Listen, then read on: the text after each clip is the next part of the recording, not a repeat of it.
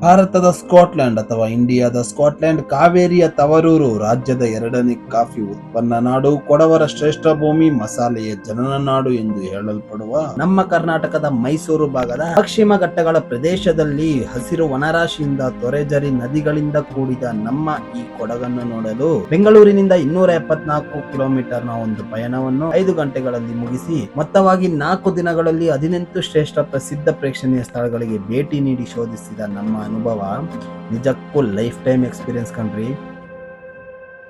ನಮ್ಮ ಈ ಕೊಡಗಿನ ಎಲ್ಲ ಸ್ಥಳಗಳಿಗೆ ನಿಮ್ಮ ಜಾಗದಲ್ಲಿಯೇ ಹಾಗೆಯೇ ಒಂದು ಕಿರು ದೃಶ್ಯ ಅನುಭವಿಸೋಕೆ ನೀವೆಲ್ಲರೂ ರೆಡಿನಾ?